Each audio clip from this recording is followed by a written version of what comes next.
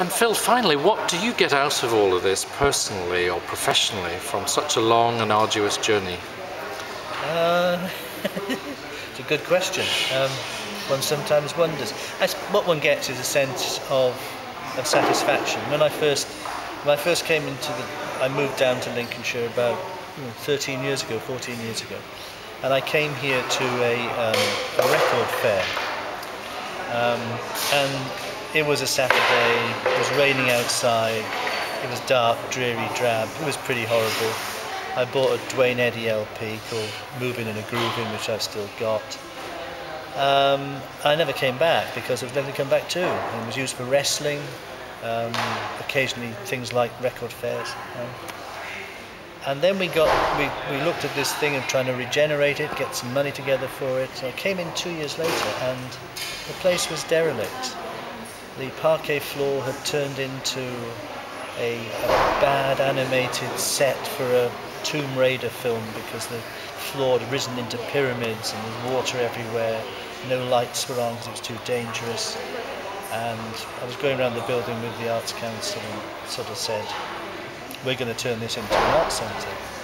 And they sort of, I suppose if I'd been a dog, they would have patted me on the head and told me to, go to my bed and take some tablets.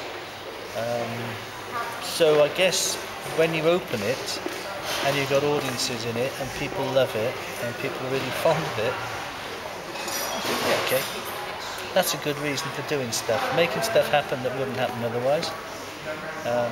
That's one thing you get out of it. I suppose the other thing I've learnt along the way is that it's more complicated than you think it's going to be, and that you need like-minded people with you, because nobody can do anything like this on their own. Nobody at all. And I mean, I shall go on sharing this for a couple of years, I guess, and then I'd like to walk away from it and let somebody else do it and come and enjoy it and think, okay, yeah, I did something I think cities like Lincoln, it's a small university city with a long tradition, with a great cathedral, but it is a capital city of a county, of an enormous county, and capital cities need assets to be capital cities. And Lincoln was devoid of a sufficient range of assets. It got itself a university, it had a theatre, which wasn't doing very well. It needed an arts venue, and it got one. The university has built its own, which also should become a valuable asset.